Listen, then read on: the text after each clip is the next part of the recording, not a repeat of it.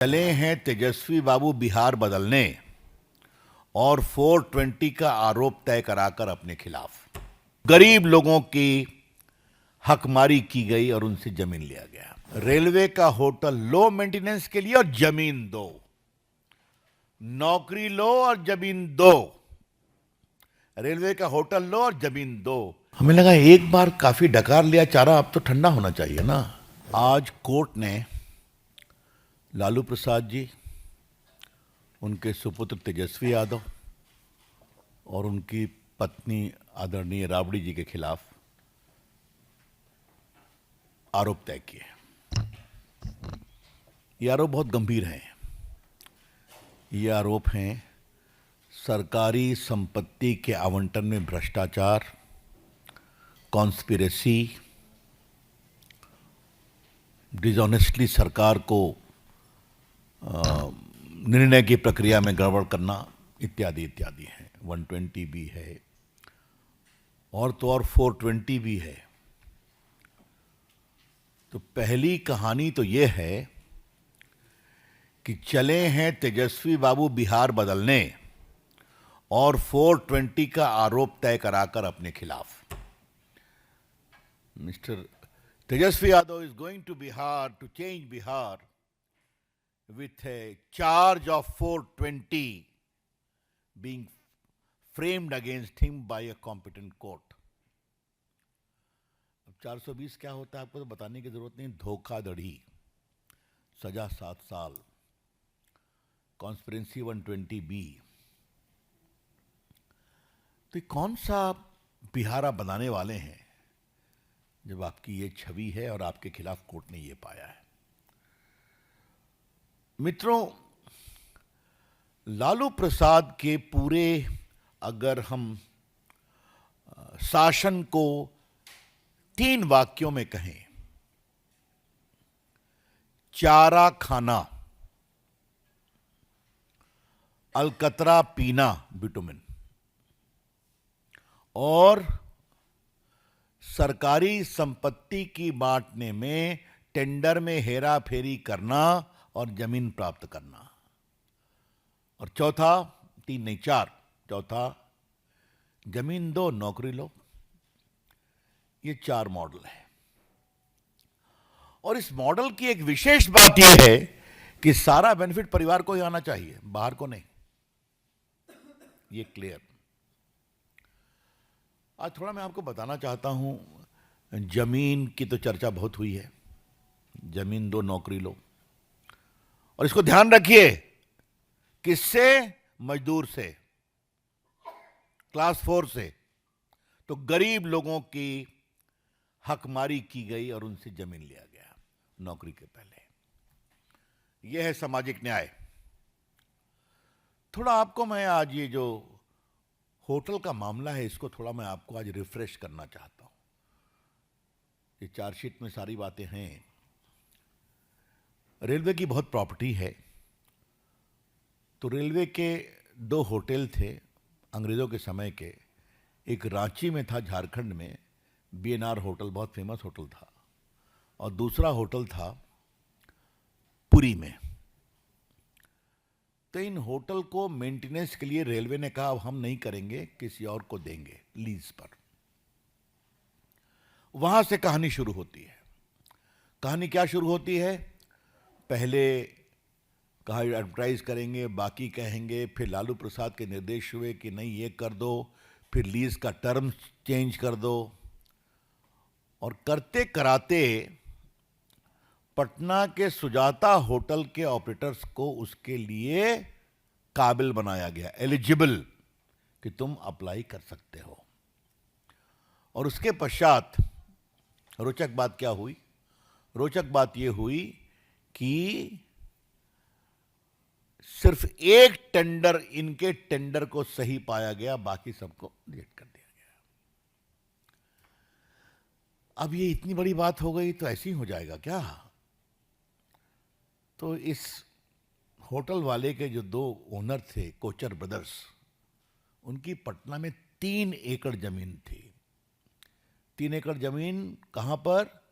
पटना के बेली रोड पर, high profile जगह पर।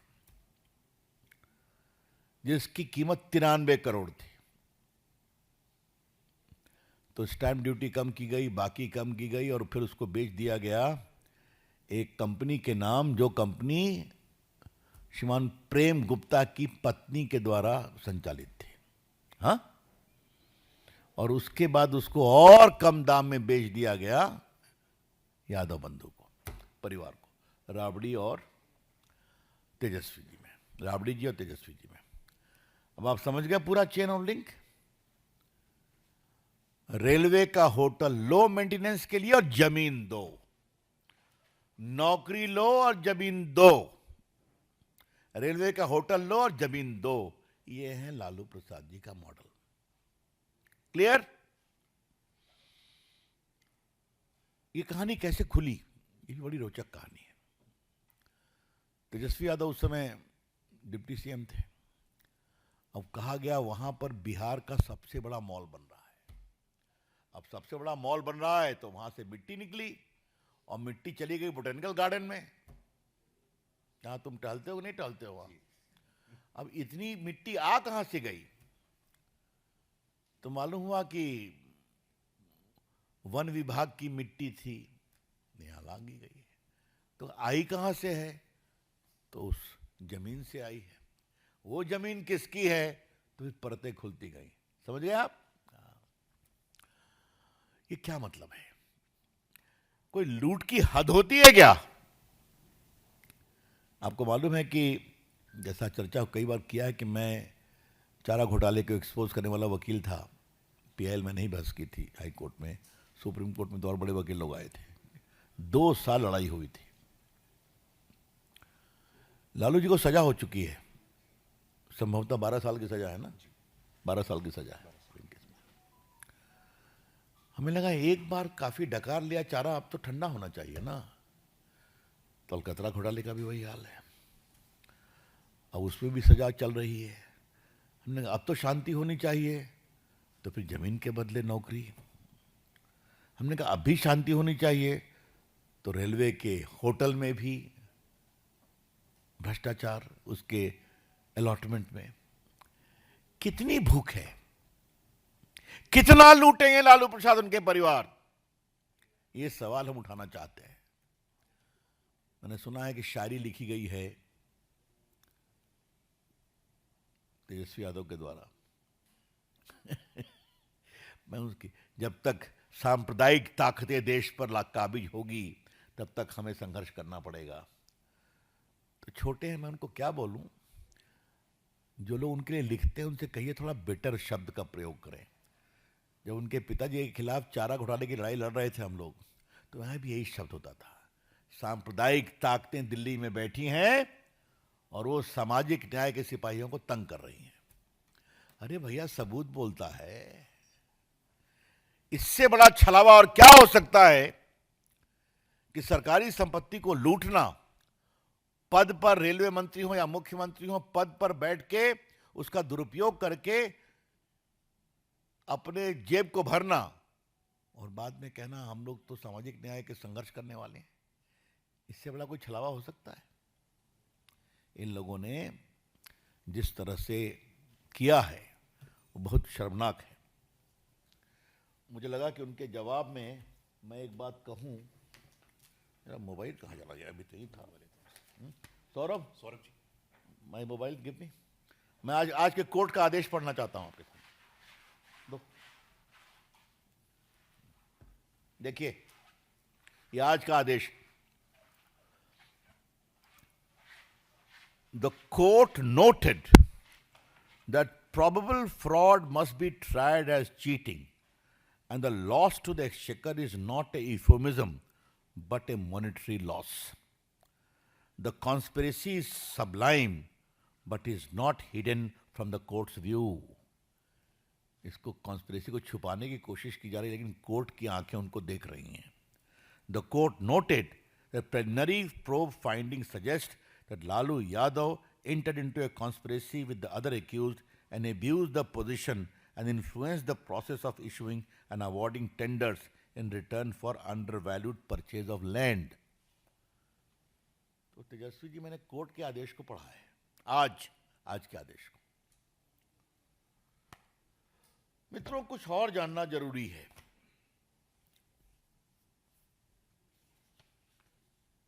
ये तेजस्वी यादव जी का 20 के चुनाव का एफिडेविट है ना, मेरे पास है।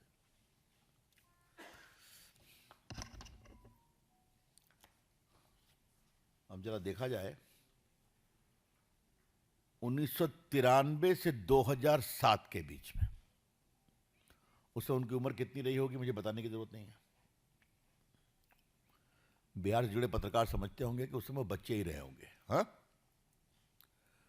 उनके पास कृषि योग्य 9 भूमि थी, 9 land, 3 in Patna, 6 in Gopalganj. Agricultural land 9, non agricultural land 2, both in Patna. Commercial 2005, 1 plot in Patna. Residential plot 2005, 1 plot in Gopalganj. अब भाई ये 9 प्लॉट कहां से आ गया? हाँ? नहीं, non agriculture 9 and agriculture 9 and non agriculture 2, 11 कहां से आ गया? कमर्शियल भी है, पटना में है। माने हमारे ऐसे लोगों को भी इतनी प्रॉपर्टी बनाने में थोड़ा सोचना पड़ेगा। हाँ, और ये तो जान के मैं 1993 2007 की बात कर रहा हूं। तो तेजस्वी जी की कब का डेट ऑफ बर्थ है गुरु? यानी 90 का है ना। तो अगर 90 का है तो 1993 मतलब 13 साल, 3 साल, और 2007 तो 93 2007 के उनकी उम्र कितनी हो गई बताओ? 17 साल। अब 17 साल में 11 property, even before he became a major, 18 साल के पहले। हमारे स्वर्गीय दोस्त सुशील मोदी ने गिव मी दैट बुक। आज मैं उनको बहुत श्रद्धांजलि के साथ याद करूंगा। आपको मालूम है कि चारा घोटाले हो, अलकतरा घोटाले हो, इसमें पिटिशनर वो थे और मैं वकील था। हाँ, संघर्षशील व्यक्ति थे। और एक केस और फाइल हुआ तो बाबू लालन सिंह भी थे। अब देखिए, लालू लीला उन्होंने एक किताब लिखी है, लालू लीला। और इसमें उन्होंने कहा है तेजस्वी यादव की 14 प्रॉपर्टी, ये देखिए सब डिटेल से पूरे परिवार का, इसका कोई कॉन्ट्रडिक्ट नहीं किया गया अभी तक। अभी ना मैं राबड़ी जी के बारे में, जो राबड़ी जी के खिलाफ भी आज चार्ज फ्रेम हुआ है। राबड़ी जी को एग्रीकल्चरल लैंड 3 है, 2 गोपालगंज में, 1 पटना में। नॉन एग्रीकल्चरल लैंड 4 है, नहीं ज्यादा है, सुनिए आप। नॉन एग्रीकल्चर प्लॉट पटना में 4 है, कमर्शियल 1 है ऑल इन पटना, और रेजिडेंशियल 5 है। तो 5, 1, 6, 4, 10, 3, 13। राबड़ी जी करती क्या है भाई? ये सोर्स ऑफ इनकम क्या है? मैं 2 ही पर कॉन्सेंट्रेट कर रहा हूं, क्योंकि बाकी परिवार के लोगों का भी ऊपर भी asset beyond the non source of income चल रहा है ना। लेकिन आया कहां से? और ये मैं ऐसे नहीं बोल रहा हूं, सबके एविडेंस है मेरे पास, क्योंकि आपने खुद फाइल किया है। और मैं एक रोचक बात तो आपको बताना ही भूल गया। ये देखिए, ये है राबड़ी जी का एफिडेविट, जब उन्होंने एमएलसी के रूप में कंटेस्ट किया था तो बिहार लेजिस्लेटिव काउंसिल में। ये तो और भी जोरदार है। अब देखिए,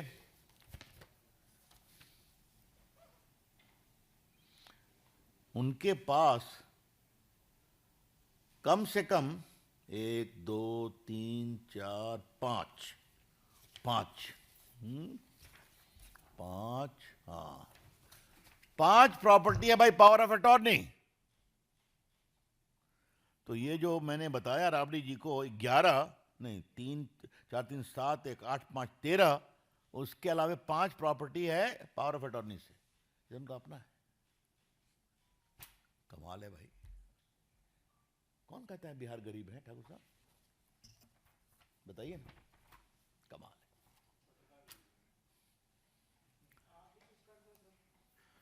मैंने तो काफी किया, आगे फिर करूंगा। तो मेरा कहना है कि आज जब कोर्ट ने फ्रेम किया है कि लूट किस प्रकार से हुई, तो इस लूट की कहानी को बताना जरूरी है। मुझे लालू जी और तेजस्वी जी से कुछ सवाल पूछना है। राबड़ी जी तो पूछने की हिम्मत नहीं कर सकता, क्योंकि फिर तो चलिए, उनकी माता जी है, मैं क्या बोलूं। ये बिहार में हर परिवार को नौकरी देने का झांसा किस बिना पर दिया जा रहा है? और बिहार के निवासियों, अगर यही इनका मॉडल है ना, तो आपसे भी जमीन छीनी जाएगी। नौकरी तो मिलेगी नहीं, जमीन छीनी जाएगी आपसे। इस झांसे में कभी नहीं आना। बिहार के मेरे भाइयों और बहनों, बुजुर्गों, नौजवानों, कभी तेजस्वी यादव के वादे के झांसे में मत आना। नौकरी तो मिलेगी नहीं, तुम्हारी जमीन छिन जाएगी, क्योंकि ये इनका टाइम टेस्टेड मॉडल है। दूसरी बात मुझे कहनी है, यही आपका गवर्नेंस करेंगे आप? यही बिहार का विकास करेंगे आप? बिहार को आगे बढ़ाने का ढोंग करते हैं आप? ये गलत है। हम इसकी बहुत ही भर्त्सना करते हैं। और आज ये जो प्रक्रिया शुरू हुई है, ये अपने तार्किक लक्ष्य पर जल्दी पहुंचे, ये हम अपील करेंगे। और एक बात ध्यान रखिए, ये सब कुछ कोर्ट के सुपरविजन में हो रहा है। सब कुछ 17 सीबीआई ने जांच किया, बाकी किया, आज कोर्ट ने चार्ज फ्रेम किया, अब ट्रायल होगा। तो मित्रों, आज बहुत ही ऐतिहासिक दिन था और इस परिवार की भ्रष्ट आचरण की कलई एक बार और खुली है। ये विषय बिहार में और घूमेगा और बिहार की जनता जरूर सोचेगी, हमें पूरा विश्वास है। धन्यवाद। Open to questions now. जी।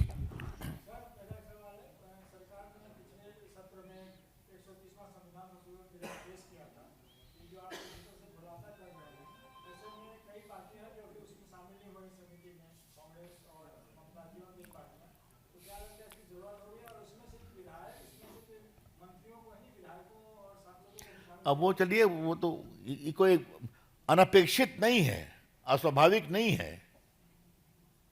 बस इतना जान लीजिए आप। भ्रष्टाचार तो कांग्रेस पार्टी तो उसकी क्या बताएं। हाँ,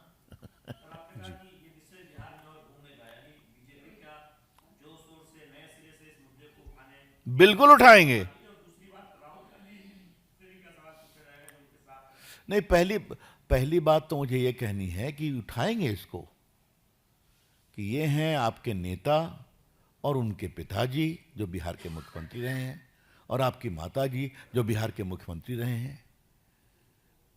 इनका रिकॉर्ड ही है रेलवे की प्रॉपर्टी को बेचने में मुनाफा कमाना,